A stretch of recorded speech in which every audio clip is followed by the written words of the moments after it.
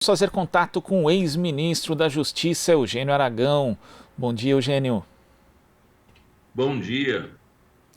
Nós tivemos a notícia, Eugênio, na semana passada que a Ordem dos Advogados do Brasil, a OAB, vai entrar com uma ação no Supremo Tribunal Federal questionando a constitucionalidade da Lei de Segurança Nacional, que de certa forma foi resgatada no governo Bolsonaro, que já a acionou mais de uma vez. Como é que você vê essa ação da OAB, Eugênio?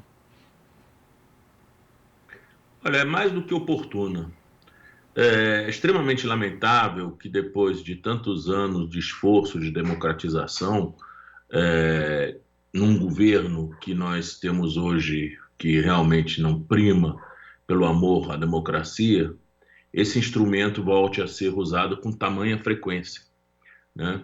É verdade que havia dúvidas a respeito da recepção ou não desse instrumento. Lembrando que o então Procurador-Geral da República, Aristides Junqueira Alvarenga, chegou ele mesmo a fazer uso desse instrumento depois da Constituição de 88, quando ele agiu no Supremo Tribunal Federal contra um grupo de pessoas, aliás, no Supremo não, foi na época, foi na Polícia Federal que ele pediu a abertura do inquérito contra um grupo de pessoas no Rio Grande do Sul que estavam fazendo uma campanha pela secessão do Rio Grande do Sul do Brasil. Né? Então, houve mesmo um democrata, como o Aristides Junqueira Alvarenga, fazendo uso desse instrumento.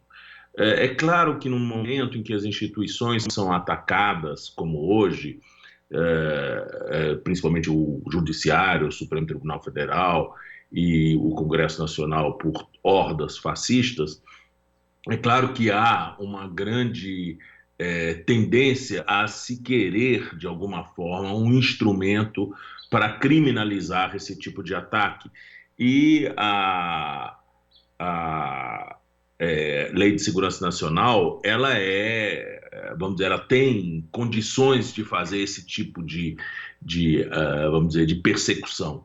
Mas nós temos que nos lembrar do seguinte, né? Da mesma forma que essa lei pode ferir de morte alguns movimentos fascistas, também essa lei pode ferir de morte outros movimentos da sociedade civil.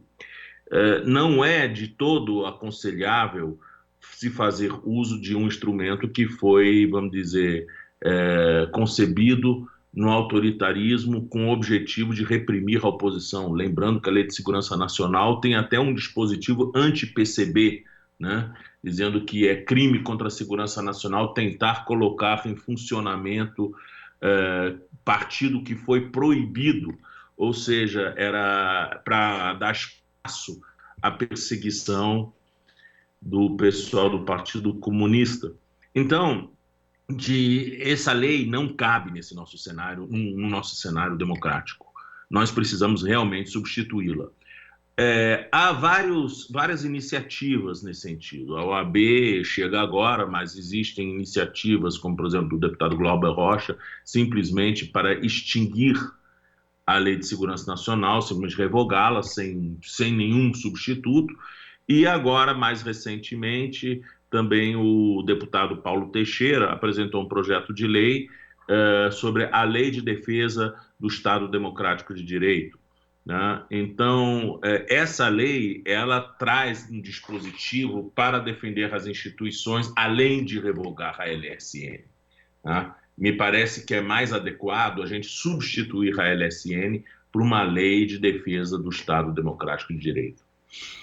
Agora, Eugênio, a que você atribui o fato da Lei de Segurança Nacional ter persistido até hoje e não ter sido substituída, né, como contemplam esses projetos de parlamentares que você citou? É mais um passo, é mais um episódio que mostra a nossa inconclusa transição democrática?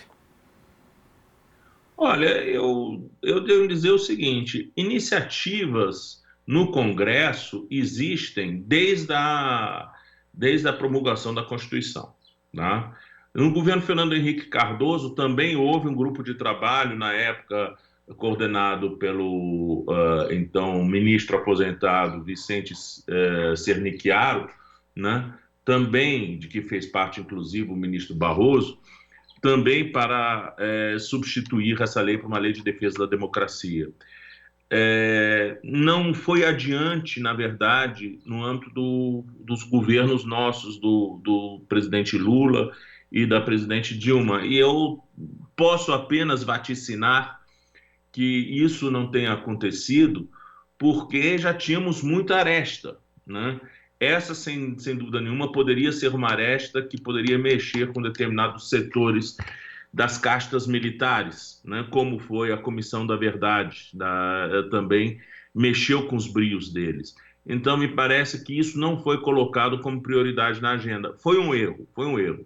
Devo dizer que na época em que o ministro Gilmar era presidente do Supremo Tribunal Federal, cheguei a participar de um grupo de trabalho para fazer uma nova lei de abuso de autoridade. E o grupo, na época, né, ele propôs que houvesse, ao invés de abuso de autoridade, uma lei de defesa das garantias fundamentais e do Estado Democrático de Direito, né? Essa lei, ela chegou a ser, o anteprojeto chegou a ser esboçado, mas, no mesmo tempo, o ministro Gilmar Mendes, no CNJ, fez uma comissão para uma nova lei de abuso de autoridade. E como essas duas iniciativas elas eram conflitantes, o governo acabou por não encaminhar nenhuma delas. Agora, Eugênio, você mencionou, né, da questão do perigo de uma lei de segurança nacional, de uma norma como essa ser utilizada por um governo como o de Jair Bolsonaro, que opera contra a democracia. Nós tivemos também a revelação por parte do jornalista Rubens Valente, né, do portal UOL, de um dossiê elaborado pelo Ministério da Justiça, identificando servidores estaduais e federais de movimentos antifascistas, uma ação sigilosa que acabou aí listando 579 pessoas com dados, inclusive imagens, fotografias, endereços e informações que foram distribuídas a órgãos públicos. Como que você vê esse tipo de iniciativa partindo do Ministério da Justiça? Você que já foi titular dessa pasta, Eugênio. Olha, isso daí é indizível. Indizível é uma coisa absolutamente incabível. Não cabe ao Ministério da Justiça fazer qualquer tipo de análise de inteligência sobre setores de oposição, tá? Isso realmente atenta contra o cerne da democracia, que é o pluralismo de ideias, o pluralismo de posições e de disputas políticas dentro do espaço público. O Ministério da Justiça está se transformando num Reichssicherheitshauptamt, que foi aquele grande colosso que foi construído por Himmler, né, durante o Terceiro Reich. Ou seja, buscando interferir na vida do cidadão, naquilo que ele pensa, naquilo que ele faz, quando não agrada ao governo. Isso daí não tem lugar numa democracia. Infelizmente, nós temos hoje aí dificuldades, talvez, de classificar isso criminalmente, talvez tinha que ver no âmbito da lei de abuso de autoridade, mas seguramente trata-se de uma grosseira improbidade contra os princípios constitucionais.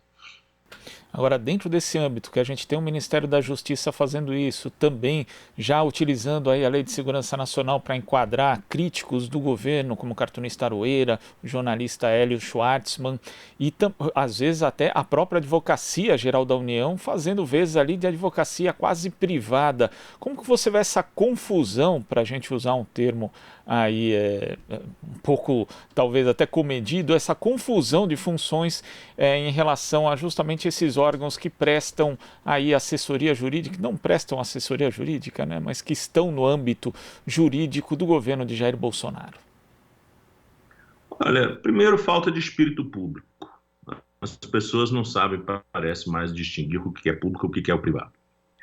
Em segundo lugar, né, as pessoas deveriam ser menos ambiciosas, porque o que a gente vê, tanto por parte do AGU quanto por parte do ministro da Justiça, é uma disputa para chegar no Supremo Tribunal Federal e agradar o chefe, né?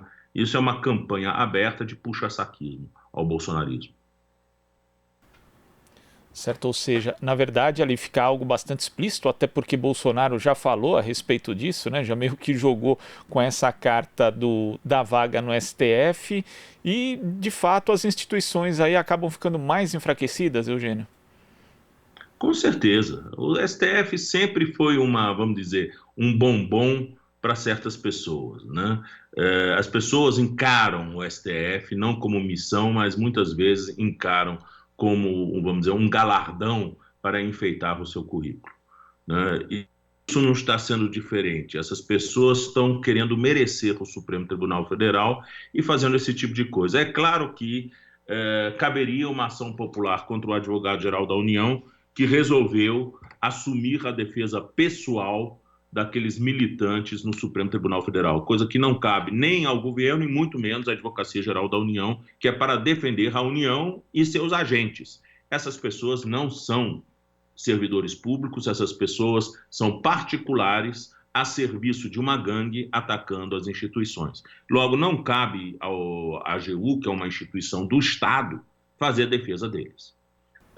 Em relação ao ministro da Justiça, também acho lamentável que ele tenha assumido uma defesa quase que pessoal do presidente da República ao atacar cartunistas, por exemplo, como Aroeira, né? Isso é outra, vamos dizer, prova de que realmente as coisas estão muito mal paradas nesse país, em que, vamos dizer, o mais importa neste momento é ser amigo do rei do que amigo da República. E a gente lembra também que esse tipo de postura do atual ministro da Justiça não é exclusiva só dele, porque anteriormente o ex-ministro Sérgio Moro também saía com declarações em defesa não só do presidente Jair Bolsonaro, como até dos filhos dele em algumas ocasiões. Então isso tem sido a tônica do governo Bolsonaro, Eugênio?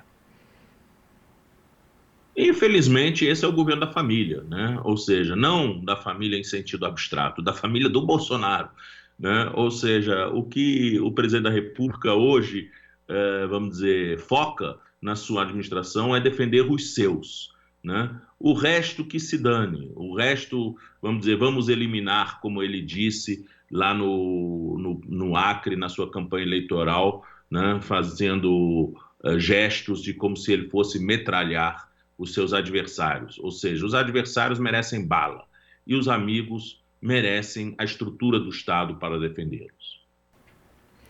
Tá certo, Eugênio. Muito obrigado pela sua participação aqui no Jornal Brasil Atual e até a próxima.